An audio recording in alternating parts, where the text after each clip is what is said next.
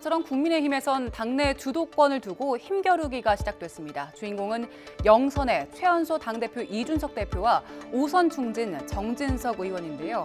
두 사람의 공방, 먼저 이준석 대표의 우크라이나 방문을 두고 시작됐습니다. 지방선거 직후에 과연 우크라이나를 제일 먼저 달려가는 것이 우선순위였을까. 지방선거의 민의를 다시 곱씹으면서 어떻게 하면 윤석열 정부를 튼실하게 뒷받침할까 하는 그런 집권 여당의 책임과 역할을 고민하고 토론하는 그런 거를 좀 먼저 해야 될 게 아닌가. 정당 외교 차원에서 와서 지지를 표명하고 우리 한국이 재건 사업이라는 데 참여할 수 있는 것이 무엇인지 살피는 것이 왜 자기 정치입니까? 선거 전에 가면 전에 갔다 뭐라 할 것이고 선거 끝나고 가면 끝나고 갔다 뭐라 할 것이고. 이번 지방선거에서 큰 승리를 거둔 국민의힘. 이준석 대표는 민주당보다 먼저 혁신을 외치면서 혁신위원회를 띄웠는데 그 구성과 활동 범위를 두고 갈등이 불붙었습니다. 이 혁신이 무슨 혁신인가 하는 궁금증이 좀 있어요. 그러니까 최재형 위원장, 천하람 위원으로 보면은 이준석 혁신위로 시작을 하는 것 같아요. 나머지 분들이 어떻게 채워질지는 좀 두고 봐야겠죠. 최고위원들이 한 사람씩 추천해가지고 개혁적인 사람을 추천해가지고 혁신을 구성하자. 그래가지고 최고위원들이 동의했거든요. 그러니까 이번에 공천관리위원회 지방선거 때 구성할 때 제가 최재형 원장 한 분 딱 제가 추천하겠습니다 하고 나머지는 정진석 부의장께서 다 구성하셨어요. 그러니까 그거는 그러면 정진석 공천이었습니까?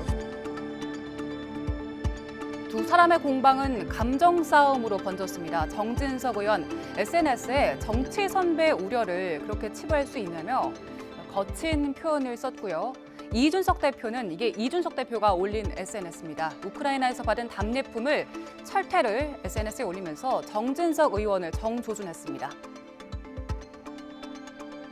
근데 굉장히 내가 이준석 대표의 행보에 시비를 걸어서 이준석 대표를 무슨 끌어내려고 한다는 등 이런 억측으로 연결돼서 저도 조금 당혹스러웠는데 그런 거 아니고요. 제가 노파심에서 정치 선배로서 얘기할 수 있는 거 아니겠습니까? 그렇죠. 그런 취지로 받아들여 주셨으면 좋겠어요. 지금 중간에 보면 선배로서 무슨 이런 어른으로서 이런 얘기들이 나오는데 그건 최근에 변화한 당의 모습 속에서 나이로 누구 찍어내리려고 그러고 선배 후배 이렇게 이야기하는 것은 제가 먼저 뭐라 한 것도 아니지 않습니까? 이렇게 두 사람의 설전이 격화하자 국민의힘 원내수장인 권성동 원내대표도 나섰습니다. 당내엔 다양한 의견이 존재하기 때문에 지도부가 개별적으로 비판을 폭넓게 받아들여야 한다면서도 양쪽에 자제를 요청한 겁니다. 그냥 저는 감정 싸움을 그러지 않았으면 좋겠다. 그리고 모든 비판에 대해서 또 반박을 하면 되는 것이고 거기에 대한 판단은 당원들과 의원들과 국민이 할 것이다 이렇게 보고 있습니다.